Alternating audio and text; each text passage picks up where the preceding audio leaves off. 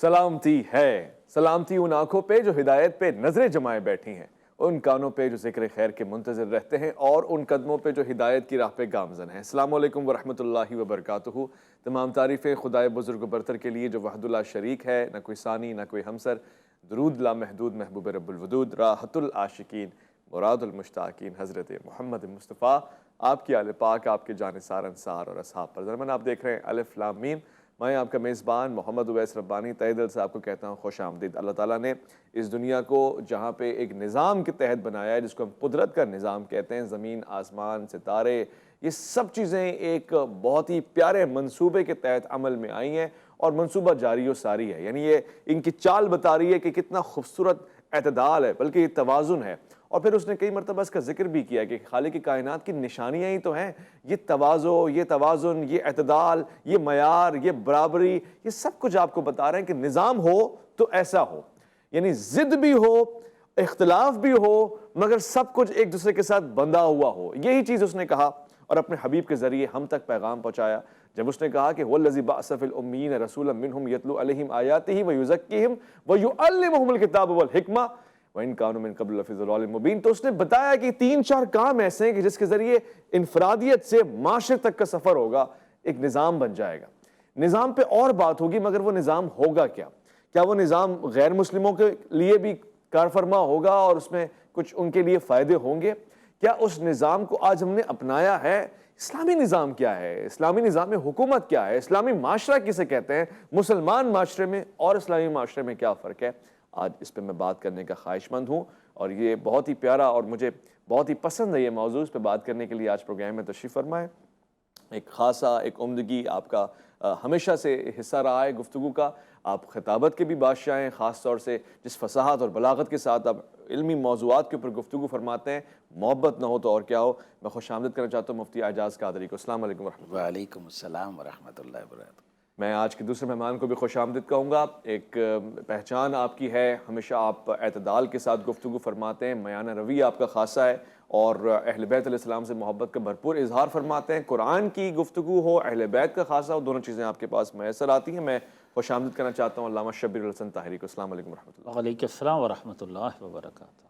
میں گفتگو کا آغاز مفتی صاحب آپ سے کرنا چاہتا ہوں۔ جب ہم بات کرتے ہیں نظام اسلامی یا اسلامی حکومت، یہ کوئی خیالی گمانی باتیں ہیں؟ ان کی حقیقت سے بھی کوئی تعلق، کوئی رشتہ ہے؟ یہ ہے کیا، اگر اس کو سمجھنے کی کوشش کریں؟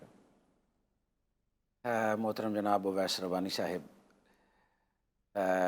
اس افراتفری کے دور میں، بلکہ اس دور پرفتن میں آپ نے ایک ایسا موضوع چھیڑا ہے جو وقت کی اہم ترین ضرورت ہے۔ نہ صرف مسلم بلکہ غیر مسلم بھی اب اس کے محتاج ہیں۔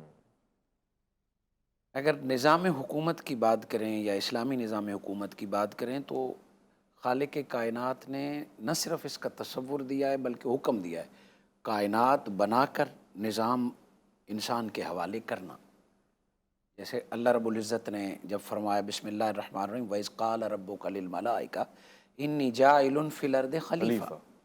نہ نبی فرمایا، نہ رسول فرمایا، نہ بندہ فرمایا، خلیفہ فرمایا۔ کوئی ایک نظام ہوگا جس کا اختیار حضرت انسان کے پاس ہوگا۔ فرشتوں نے یہی کہا تھا ہم کیا کریں گے، کہ بس زمین کا نظام اب حضرت آدم یعنی حضرت انسان کے حوالے ہے۔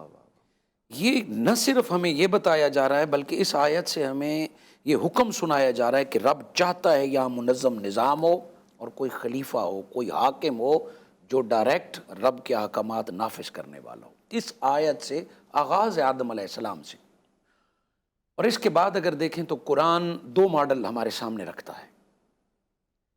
ایک انسان کا طے کردہ ضابطہ جس سے حکومتیں چلی ہیں، قرآن نے وہ بھی بتائیں پچھلی تاریخ، اور ایک احکام الہی کی روشنی میں جو حکومتیں چلی ہیں، دونوں نظام بتائیں۔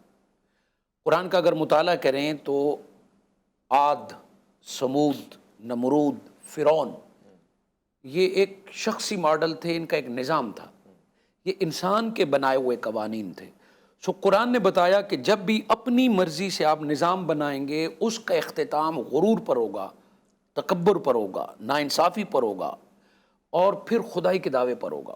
آج دیکھ لیں دنیا میں کہ وہ شخص جو نیچے سے اٹھتے اقتدار پہ آتا ہے، اگر وہ اپنی مرضی کرتا ہے آخر میں وہ خدا بن بیٹھتا ہے، اور وہ مخلوق کو اپنے تابع سمجھتا ہے۔ قرآن نے اس کے مقابلے میں دوسرا ماڈل ہمیں بتایا. خود خالق کائنات نے حضور صلی اللہ علیہ وآلہ وسلم کو حضرت یوسف کے اقتدار کی بات بتائی, حضرت داؤد کی بتائی, حضرت سلیمان کی بتائی.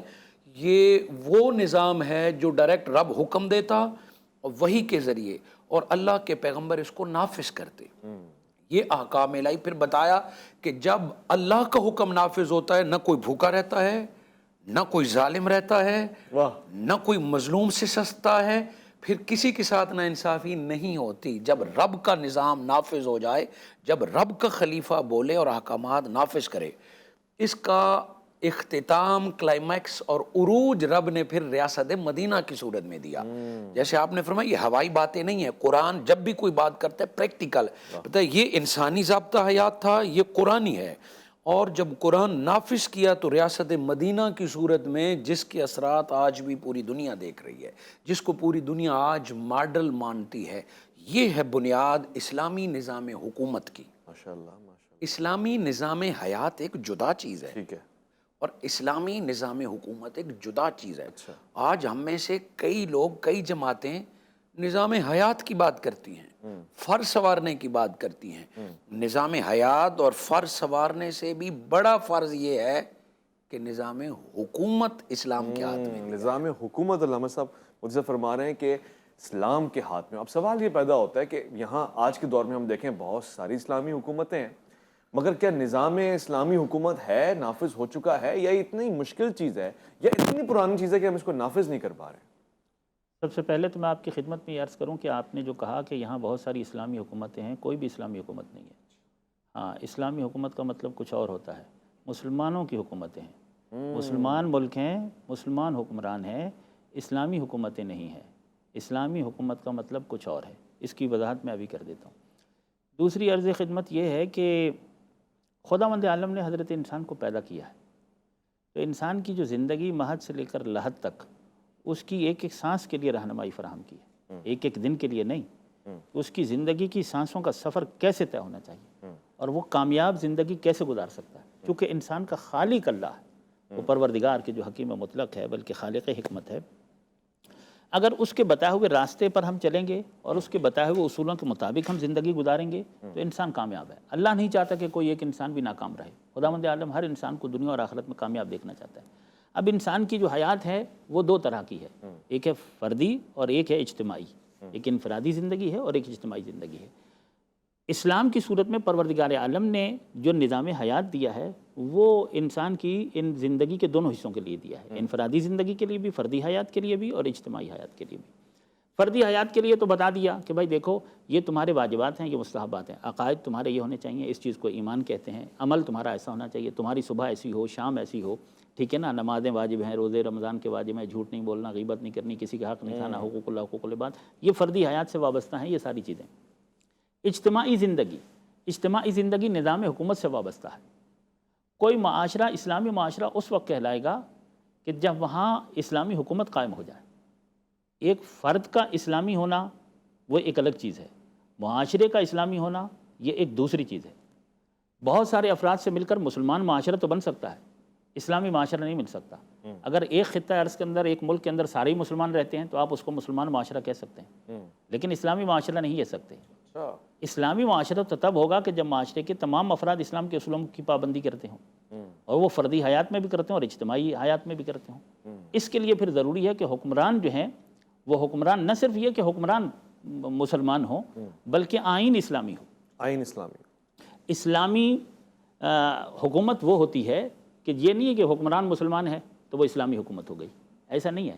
اسلامی حکومت وہ ہوتی ہے کہ جس حکومت کا آئین, جس کا دستور, منشور, سسٹم اسلامی ہو, قرآن و سنت کے مطابق ہو, جہاں عدالتوں کے قاضی معیار شریعت پر پورے اترتے ہوں اور قوانین شریعت کے مطابق جزا و سزا دی جاتی ہو, جہاں ہر ادارے کے جو افراد ہیں شریعت نے جس کے لیے جو اہلیت متعین کی ہے اس کے مطابق ہوں, تمام قوانین جو ہیں وہ اسلام کے اصولوں کے مطابق یعنی اللہ کے اصولوں کے مطابق ہوں, تو وہ حکومت اسلامی حکومت ہوگی.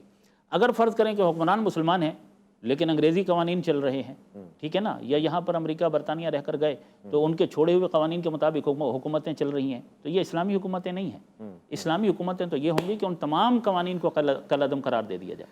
اسلامی حکومت میں یہ بھی ضروری ہوتا ہے کہ قانون ساز اداروں کے جو افراد ہیں، قومی اسمبلی ہے یا سینٹ ہے یا جو بھی قانون ساز ادارے ہوتے ہیں، ان قانون ساز اداروں کے جو افراد ہیں وہ دین شناس ہوں، وہ اسلام شناس ہوں، وہ قرآن و سنت کو جانتے ہوں، یعنی ان کے لیے یہ طے ہو کہ الیکشن لڑنے والا جو ہے نا وہ شریعت کے اس معیار پر پورا اترتا ہو، ورنہ اس کے کاغذات مسترد کر دیے جائیں۔ علامہ صاحب سوال تو یہ ہے نا کہ کیا الیکشنز بھی اسلامی نظام کا حصہ ہیں؟ یعنی اس پہ بات ہو سکتی ہے۔ میں ایک مختصر سے وقفے کی طرف جا رہا ہوں اور جب میں لوٹ کر آؤں گا تو پھر ظاہر ہے یہ بات اٹھے گی کہ نظام اسلامی میں یا اسلامی طرز حکومت میں جو قائد ہے، جو حاکم ہے، جو امیر المومنین ہے، اس کا انتخاب ہوگا یا اس کی نمائندگی ہوگی یا الیکشن کے ذریعے یا سلیکشن کے ذریعے، یہ بھی ایک معیار ہے۔ میں ایک وقفے کی طرف جا رہا ہوں، لوٹ کر آؤں گا، الف لام میم میں آپ کا انتظار ہے۔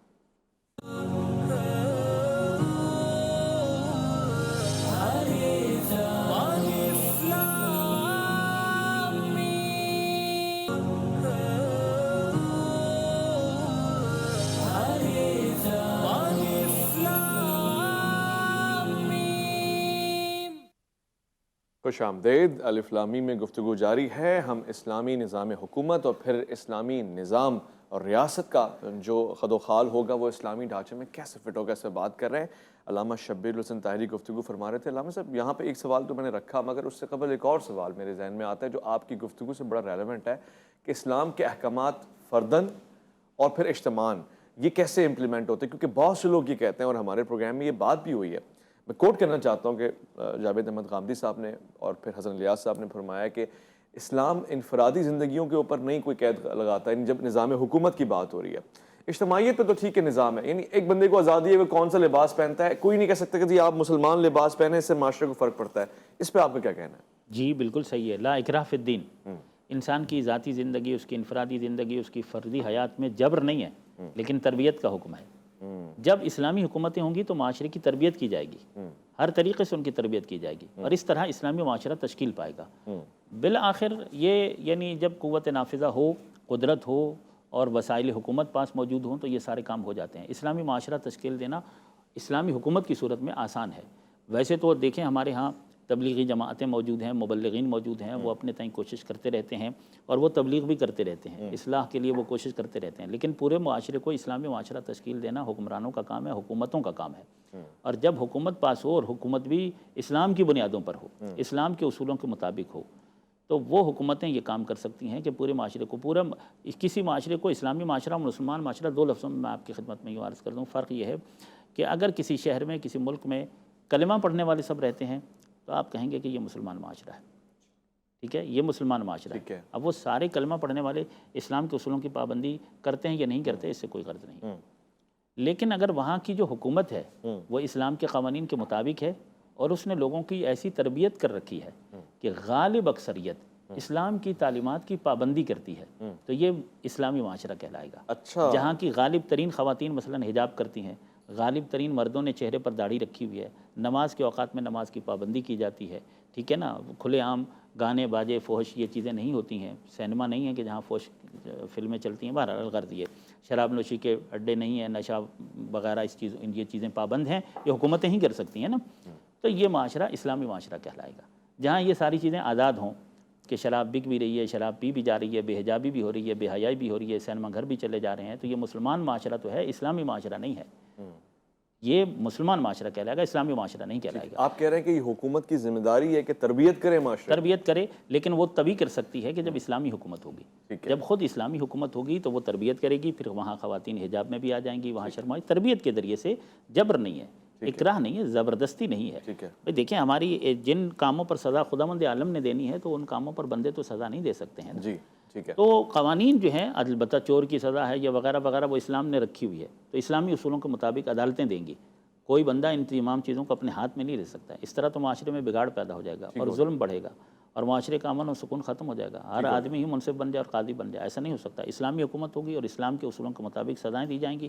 اسلام کے اس کے لیے سب سے پہلے ضروری ہوتا ہے، جب میں مثال دے رہا ہوں کہ حضرت آیت اللہ خمینی رضوان اللہ علیہ سے، میں اب نام نہیں لے رہا، ایک مسلمان حکمران ملے اور انہوں نے کہا کہ میں بھی اپنے ملک کے اندر چاہتا ہوں کہ اسلام کو نافذ کروں، تو انہوں نے ان کو دیکھا، چونکہ انہوں نے داڑھی نہیں رکھی ہوئی تھی، تو انہوں نے کہا کہ اس سے پہلے ضروری ہے کہ آپ اپنے اس 6 فٹ کے بدن کے اوپر اسلام نافذ کر لیں۔ جب تک آپ اپنے 6 فٹ کے بدن پر اسلام نافذ نہیں کر سکتے ہیں، آپ ملک کے اوپر اسلام نافذ نہیں کر سکتے ہیں۔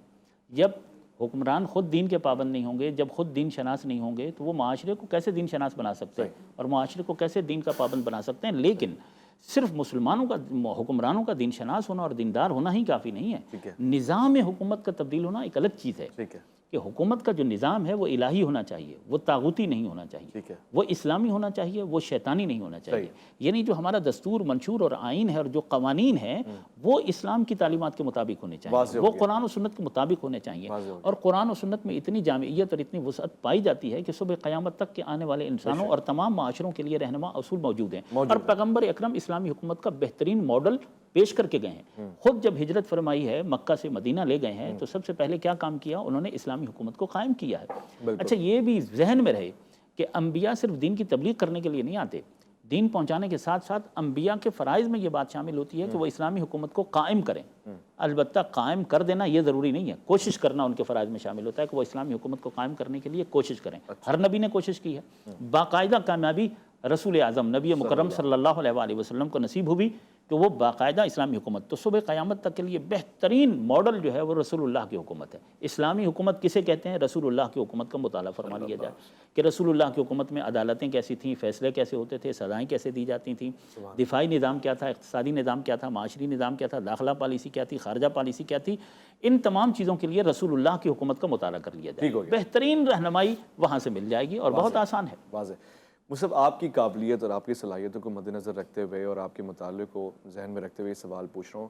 ایک عام آدمی یہ سوال اٹھاتا ہے کہ آپ اگر جب کہتے ہیں کہ اسلام نافذ کرنا ہے تو آپ محدود گفتگو کہتے ہیں، یعنی ان کی نظر یہ کہتی ہے کہ جی ملا آ جائے، داڑھی آ جائے، لبادہ آ جائے، پردہ آ جائے، نقاب آ جائے، یہی اسلام ہے، یہی اسلامی نظام ہے، یا پھر اس سے مراد یونیورسٹیز، کالجز، یا پھر وہ سائنسی نظام، جدید ٹیکنالوجی؟ اس پہ ذرا روشنی ڈال دیں۔ جی بہت وسیع سوال ہے یہ، بہت ہی مختصر لفظوں میں آپ نے بیان کیا، مگر بہت وسیع سوال آپ نے کیا ہے کہ اس وقت دنیا میں سمجھ لیں کہ 50 کے قریب 48 ممالک ہیں اسلام، لیکن 100% کہیں بھی اسلام نافذ نہیں۔ یا دنیا کو ہم کوئی ایک ملک نہیں دکھا سکتے کہ یہ ہمارا ماڈل ہے۔ اگر ہم ریاست مدینہ کی بات کرتے ہیں تو جدید دنیا یہ سوال کرتی ہے آپ 14 صدیاں پہلی والی بات کر رہے ہیں، کہاں دنیا پہنچ گئی؟ علامہ صاحب بھی مجھ سے اتفاق کریں گے کہ جب بھی ہم اسلامی حکومت یا نظام کی بات کرتے ہیں نا، کچھ قصور ہمارا اپنا ہے کہ ایک تصور آ جاتا ہے وہ نظام جس میں ہاتھ کاٹے جاتے ہیں، وہ نظام جس میں چوک میں پھانسی لگائی جاتی ہے۔ یہی سنسار ہم نے اسلامی نظام میں صرف سزائیں لوگوں کو بتائی ہیں کہ یہ اسلامی سزائیں ہیں، اس کے نفاذ کو شاید اسلام کہتے ہیں۔ آپ دیکھ لیں چند ملکوں کا نام بھی لے لیں آپ، تو سزائیں نافذ کرنے کا نام اسلام نہیں ہے۔ اسلامی حکومت آج دنیا کے سامنے ایک تصور ہے کہ اسلامی نظام سے مراد یہ ہے کہ داڑھی رکھواؤ، جی پگڑی بندھواؤ، جی، مسجدوں میں داخل کرو، پانچے اونچے کرواؤ، جی، ہاتھ کاٹ دو چور کے۔ یہ ایک تصور اتنا صحیح ہے، اور خیال یہ کیا جاتا ہے کہ جدید دنیا سے اس پرانے نظام کا کوئی تعلق نہیں۔ اس بات کو سمجھنے کے لیے اگر ہم دنیا میں حکومتوں کو دیکھیں، آخر اسلامی نظام کا مقصد کیا ہے؟ بسم اللہ الرحمن الرحیم، ربنا آتنا فی الدنیا حسنہ وفی الآخرۃ حسنہ۔ مکمل اسلامی ماڈل وہ ہے جو عوام کی دنیا کو بھی حسین بنائے اور آخرت کے لیے بھی اہتمام کرے۔ صحیح ہے۔ جو حکومت فلاحی حکومت ہے، دنیا خوبصورت بنا دے اور آخرت کے لیے اہتمام نہ کرے، وہ اسلامی حکومت نہیں ہے۔ صحیح ہے۔ اس وقت دنیا میں کامیاب حکومتیں ہیں، دنیا میں حکومت نظام چل رہے ہیں، دنیاوی دیکھ لیں، امریکہ کو دیکھ لیں، یورپین یونین کو دیکھ لیں، برطانیہ، جاپان، جنوبی کوریا، کینیڈا، آسٹریلیا، انہوں نے اپنا نظام ڈیولپ کیا ہے۔ پچھلی آدھی صدی میں کچھ سوسائٹیز ایسے ہیں جہاں کرائم 0% ہو گئے ہیں، جی، جہاں کرائم ریشو نہیں ہے، جہاں سالہ سال سے کوئی چوری نہیں ہوئی، جہاں سالہ سال سے کوئی ڈاکہ نہیں ڈلا۔ کیا اس سسٹم کو ہم غلط کہہ دیں گے؟ نہیں۔ وہ انہوں نے اپنے آپ کو دکھایا کہ ہمارے ہاں کوئی بھوکا نہیں ہے اب، ہمارے ہاں دکان کھلی رہتی ہے، کوئی چور نہیں ہے. جی یہ ماڈل ہے، مگر ہم اسے کیوں نہیں مانتے؟ چونکہ ان کا آخرت سے تعلق نہیں. صحیح ہے. مگر اس کا ہم انکار نہیں کرتے. انہوں نے محنت کی، انہوں نے ڈلیور کیا اور دکھایا ہے. جی ایسا ہی ہے. اس کے مقابلے میں ہم مسلم ممالک کو دیکھ لیں، انہوں نے اسلام کا نام لیا. جیسے حضرت فرما رہے تھے کہ اسلام کے نام پر تقریریں کی، ووٹ بھی لیے، جی مگر اکثر اسلامی ملکوں میں امریت ہے، بادشاہت ہے. سعودی عرب سے لے کر عرب امارات تک آ جائے، آمریت ہے، بادشاہت ہے، وہ اس طرح چل رہی ہے. لوگ عادی ہوں گے اس کے. اور جمہوریت بھی میں نہیں کہوں گا، نام نہاد جمہوریت ہے. ایک پری پلان، کسی کو آگے لانے، کسی کو بعد. نہ اس کی اہلیت دیکھی جاتی ہے، نہ اس کی شکل و صورت دیکھی جاتی ہے، نہ اس کا عقیدہ دیکھا جاتا ہے. بس پری پلان ایک جمہوریت کے تحت جس بندے کے حوالے پورا ملک کر دیا جاتا ہے. ملک عزیز پاکستان تو حاصل ہی اسلامی نظام کے لیے کیا گیا تھا. وعدہ تھا پاکستان کا مطلب کیا؟ لا الہ الا اللہ. اب آپ ترکی دیکھ لیں، ملیشیا دیکھ لیں، انڈونیشیا دیکھ لیں، ایران دیکھ لیں، افغانستان دیکھ لیں، عراق دیکھ لیں. اسلامی نظام سے مراد یہ ہے کہ جس پر سارے متفق ہوں اور ہم دنیا کو دکھا سکیں کہ یہ ہے. صحیح. ہم باقی اسلامی ممالک ہمارا نظام، کیا ہم افغانستان کا نظام دنیا سے منوا سکتے ہیں؟ نہیں.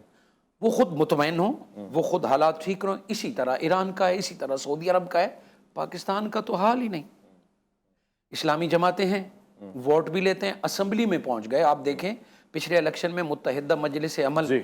کے پی کے میں پہنچی، حکومت میں پہنچی. لگ ایسے رہا تھا کہ ساری جماعتیں متفق ہو گئیں. اب یہ ایک نظام سامنے آئے گا، وہ ڈیلیور کریں گے. اگلی دفعہ عوام وفاق میں بھی اسلام کے حوالے کر دیا جائے گا.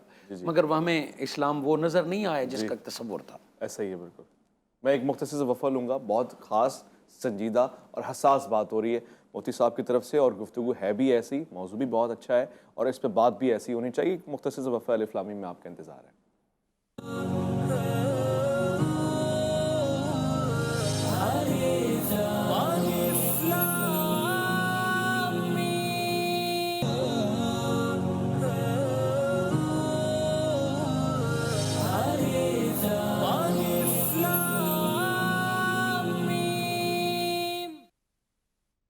خواتین و حضرات، گفتگو ہو رہی ہے اسلامی نظام حکومت کے اوپر، اور آخری حصہ پروگرام کا مفتی صاحب گفتگو فرما رہے تھے. دخل المعقولات کے لیے معذرت خواہوں، لیکن آپ جاری رکھیے گا. بہت ہی خاص بات آپ فرما رہے تھے تاکہ پھر اس کے بعد الیکشن کی طرف ہم جا سکیں.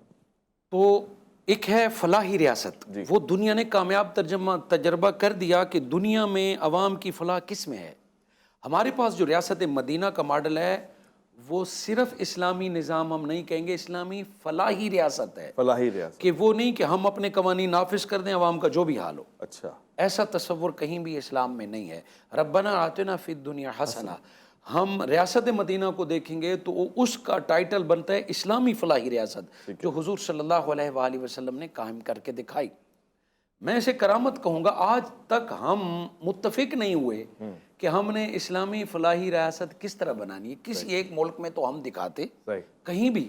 خود اپنے ملک عزیز پاکستان کو دیکھ لیں. یہاں ایک آئین ہے، پاکستان کے نام کے نام مملکت اسلامیہ آتا ہے. ایک بار مخلصانہ کوشش نظر آتی ہے سن 1951 میں. تمام مسالک کے علماء، 31 علماء اور قداور، ہر مسلک کے، ہر مکتبہ فکر کے نام لسٹ آپ دیکھیں کبھی، ہر مکتبہ فکر کے علماء بیٹھے مل جل کر اور 22 نکات پر وہ متفق ہوئے، آئینی سفارشات. اگر ان 22 نکات کو بھی آج پاکستان میں نافذ کر دی جائے تو نہ آپ کو دہشت گردی نظر آئے گی، نہ فرقہ وریت نظر آئے گی، نہ آپ کو خانہ جنگی نظر آئے گی. آپ کو اسلام نظر آئے گا اگر ان 22 نکات کی بھی پیروی کی جائے اور انہیں آئین کا باقاعدہ حصہ کر کے نافذ کیا جائے. مگر انہی 31 علماء کے جو فالور ہیں یا جن پارٹیوں کے وہ سربراہ تھے، آج وہ اسمبلی میں پہنچ کر ان نکات کی بات نہیں کرتے، اسلام نافذ ہونے کی بات نہیں کرتے. چونکہ انہیں یہ ڈر ہے کہ ہم دنیا سے کٹ جائیں گے، دنیا ہمیں سخت کہے گی، دنیا ہم سے تعلقات توڑ دے گی. جیسے ابھی ایران نے اپنی مرضی کی، افغانستان اپنی مرضی کر رہا ہے. جو نہیں مانتا خود خالق کائنات کی مدد اٹھتی ہے. پرفیکٹ کوئی بھی نہیں ہوتا، مگر جب خلوص دل کے ساتھ کوشش کی جائے پھر اللہ کی مدد و نصرت اترتی ہے. وہ جو 22 نکات تھے اس پر کسی کو پاکستان میں اختلاف نہیں تھا، آج بھی نہیں ہے. میں نے خود اس کا ایک مطالعہ کیا ہے.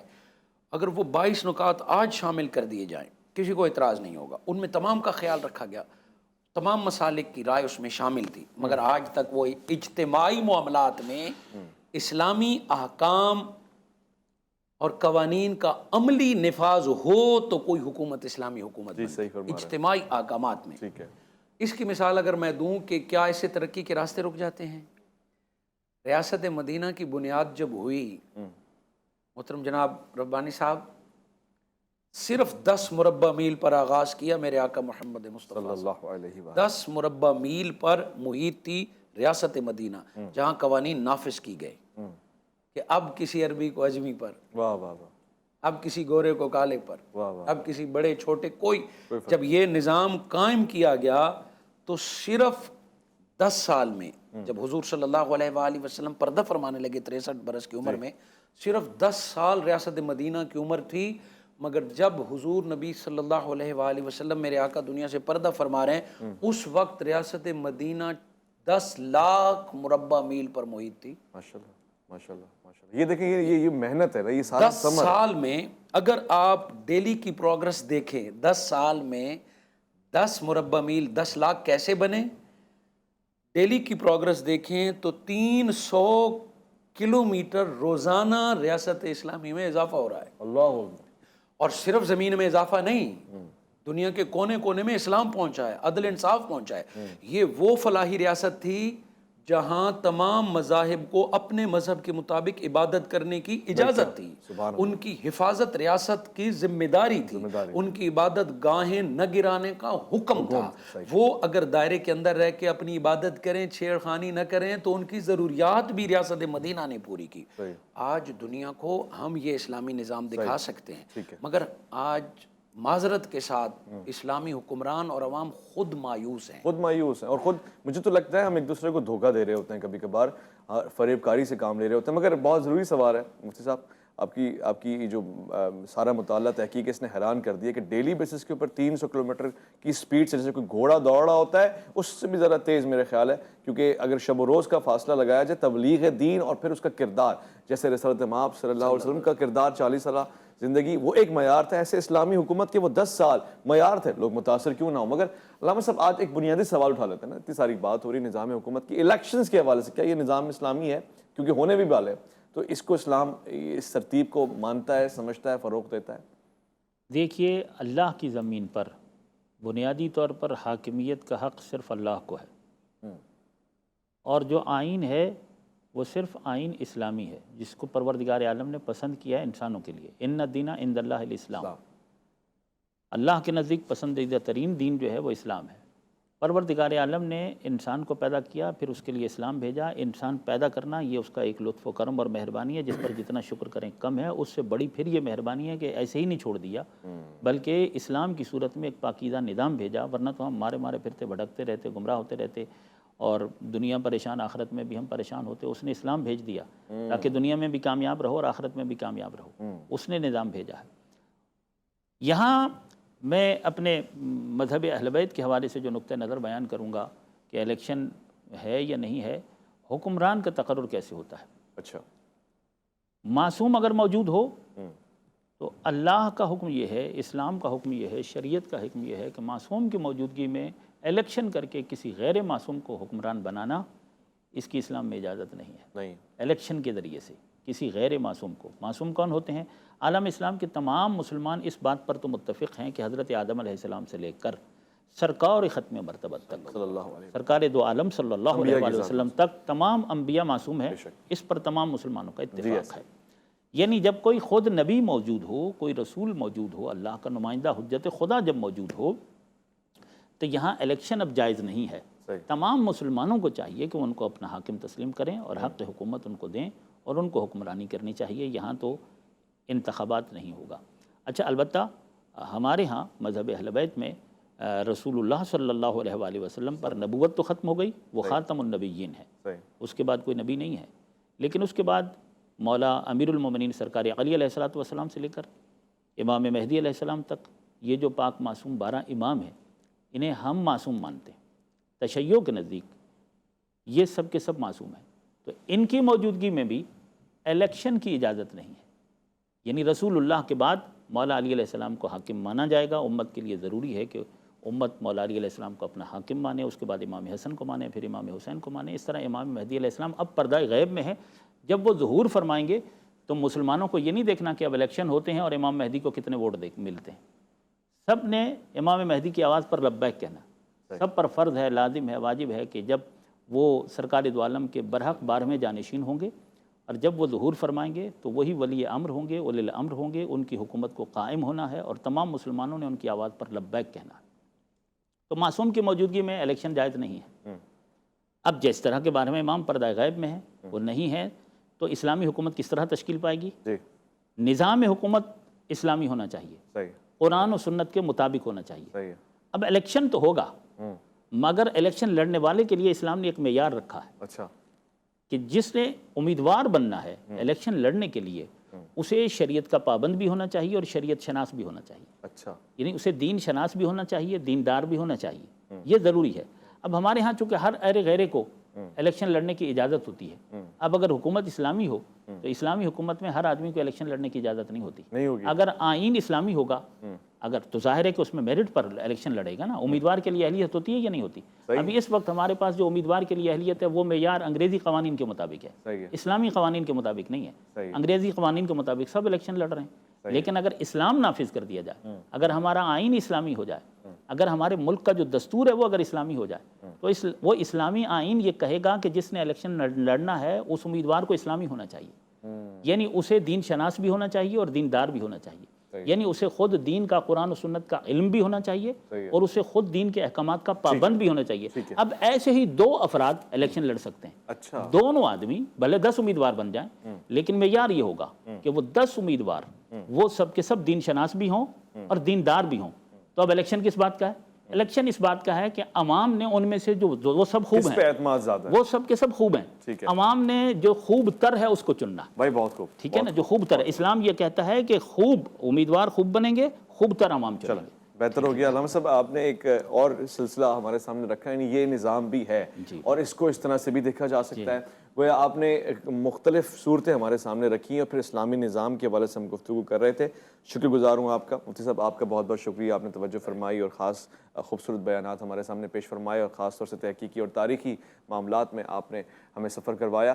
خواتین و حضرات، پاکستان میں خاص طور سے، اور میں جانتا ہوں کہ اس پروگرام کو دیکھنے والے برصغیر پاک و ہند، ہندوستان، امارات، دیگر اسلامی ممالک اور پھر ان ممالک جہاں مسلمان رہتے ہیں، اسلامی نظام نہ بھی ہے، وہاں اس پروگرام کو دیکھا جا رہا ہوتا ہے۔ ہم نے کوشش کی ہے اور ہم اس سلسلے کو جاری اور ساری رکھنے کے خواہش مند بھی ہیں، کیونکہ ظاہر ایک پروگرام ہے تو سما نہیں سکتے ان تمام باتوں کو، مگر آپ اور میں ایک طرف بڑھ رہے ہیں اور اس منزل کا نام ہے اسلامی نظام حکومت۔ اپنا خیال رکھیں گے، آپ اپنے سے بڑھ کے خیال رکھیں گے ملک پاکستان کا، اللہ کے فرمان کا۔